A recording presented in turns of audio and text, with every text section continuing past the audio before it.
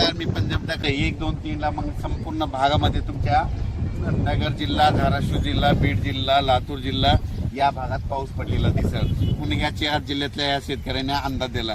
पूर्व विदर्भातल्या शेतकऱ्याला सांगू इच्छितो की पूर्व विदर्भामध्ये नागपूर, वर्धा, भंडारा, गोंदिया, चंद्रपूर, यवतमाळ, अकोला, वाशिम, हिंगोली, बुलढाणा, जळगाव या जिल्ह्यातल्या सर्व शेतकऱ्याला सांगू इच्छितो की 1, 2, 3 जुलैला मात्र तुमच्या इकडे मुसळधार पाऊस पडणार आहे. विदर्भ, पूर्व विदर्भ 6 जिल्हे, पश्चिम विदर्भ 5, 11 जिल्ह्यामध्ये मुसळधार पाऊस पडणार आहे. कुठं अतिवृष्टी होणार आहे, कुठं भाग बदलत पाऊस पडणार आहे, कुठं रिमझिम पडणार आहे. पण सांगायचं झालं तर यवतमाळ जिल्ह्यामध्ये खूप जोरात पाऊस पडणार आहे.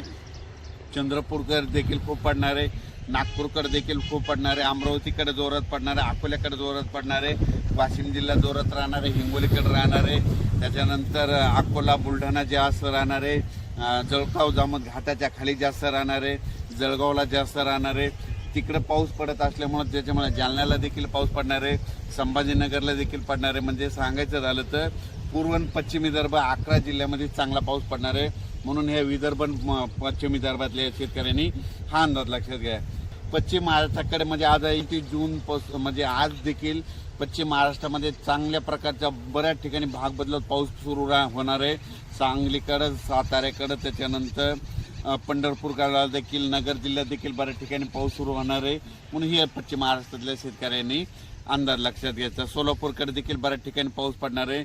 त्याच्यानंतर कोकणपट्टी आणि घाटमाथ्यावरल्या भागातल्या सर्व जनतेला आणि शेतकऱ्याला सांगू इच्छितो की कोकणपट्टी घाटमाथ्यावरला पाऊस मात्र कायम चालूच राहणार आहे, ते काय बंद होणार नाही. म्हणून हे त्यांनी लक्षात घ्यायचं आहे. त्याच्यानंतर आता उत्तर महाराष्ट्राकडे वळू. उत्तर महाराष्ट्राकडे सांगायचं झालं तर नाशिक जिल्ह्याकडे जोरदार पाऊस सुरू राहणार आहे, त्यांचा पाऊस काही बंद होणार नाही. म्हणून हा अंदाज त्यांनी लक्षात घ्यायचा. धुळे, नंदुरबार, जळगाव या 40गाव, पारोळा या ठिकाणी 3 जुलैपर्यंत जोराचा पाऊस राहणार आहे. म्हणून हे अंदाज लक्षात घ्यायचा. गुजरात, मध्य प्रदेश आणि राजस्थानकडे पाऊस पडत असल्यामुळं त्याचा असर आपल्या महाराष्ट्रावर उभी होणार आहे. म्हणून हे त्यांनी लक्षात घ्यायचं. पण राज्यात याच्यानंतर तुम्हाला सांगू इच्छितो की 5 जुलै, 6 जुलै आणि 7 जुलै दरम्यान परत राज्यामध्ये पाऊस भाग बदलत येणार आहे. म्हणून हे लक्षात घ्यायचं. त्याच्यानंतर 10 जुलै ते 15 मध्ये देखील राज्यात पाऊस असणार आहे. म्हणजे सांगायचं झालं तर राज्यात असा एकदम 1 महिन्याचा, 15 दिवसाचा, 20 दिवसाचा खंड पडणार नाही. पाऊस येतच राहणार. आज ह्या भागात राहिला तर दुसऱ्या भागात राहील, पण राज्यात पाऊस कंटिन्यू चालूच राहणार आहे. अचानक वातावरणात बदल झाला तर लगेच